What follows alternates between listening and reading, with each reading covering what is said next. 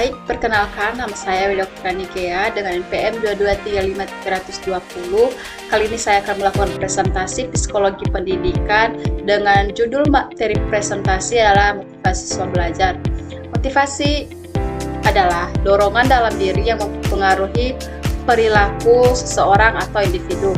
Motivasi juga merupakan faktor kunci dalam proses belajar siswa karena mempengaruhi seberapa besar usaha yang mereka lakukan untuk mencapai tujuan pembelajaran. Sedangkan motivasi belajar adalah sesuatu hal yang dapat menggerakkan individu untuk belajar baik dari faktor internal maupun faktor eksternal. Kemudian motivasi belajar ini ada pentingnya, yaitu dapat mempengaruhi hasil belajar, dapat mempengaruhi keaktifan, dan dapat mempengaruhi berpikir kritis. Motivasi ini juga sangat penting dalam keberhasilan siswa di bidang akademik, keinginan, dan usaha memperoleh pengetahuan. Kemudian, dalam psikologi pendidikan ada teori-teori motivasi.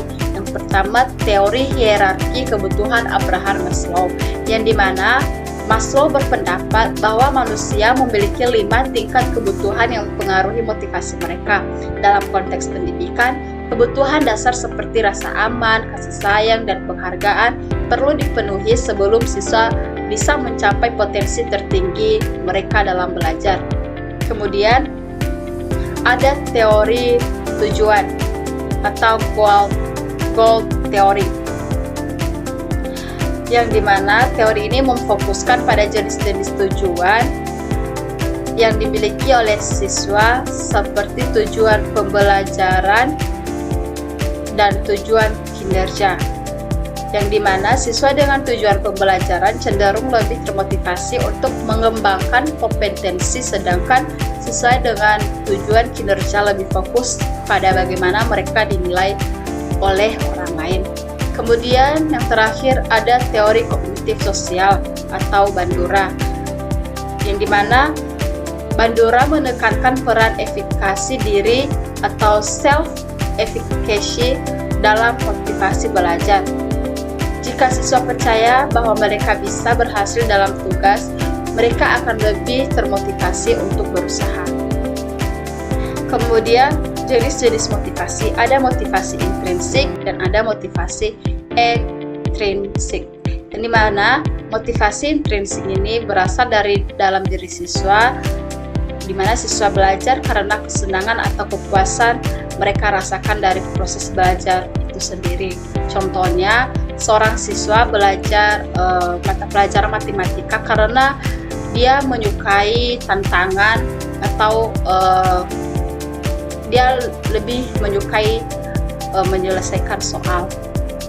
Kemudian motivasi ekstrinsik, yang dimana motivasi yang berasal dari faktor luar seperti penghargaan, pujian, atau ancaman hukuman. Contohnya siswa yang belajar karena hanya ingin mendapatkan penghargaan atau karena takut akan hukuman. Kemudian ada faktor-faktor yang mempengaruhi motivasi. Ada faktor individu yang terdiri dari harga diri dan keyakinan.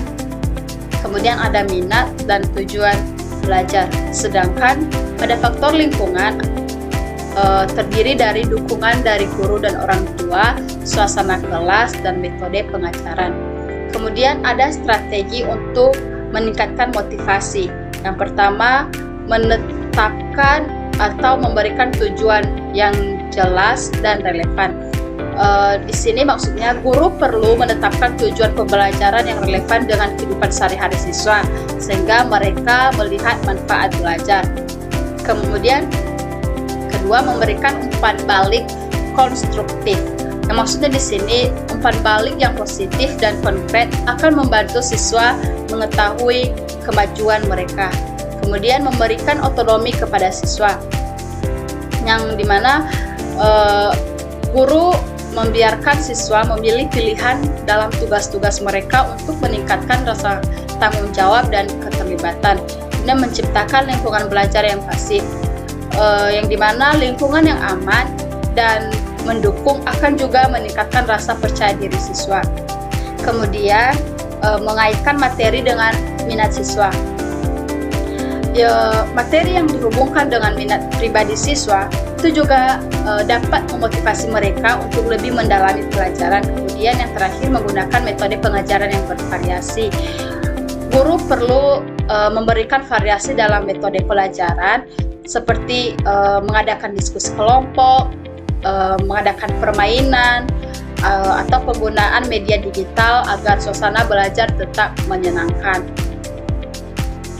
Kemudian peran guru dalam meningkatkan motivasi, yaitu yang pertama sebagai fasilitator dan mentor, yang dimana maksudnya di sini guru menjadi pendukung dan yang mengarahkan siswa dalam proses belajar, serta menjadi mentor yang memberikan motivasi tambahan saat siswa merasa putus asa.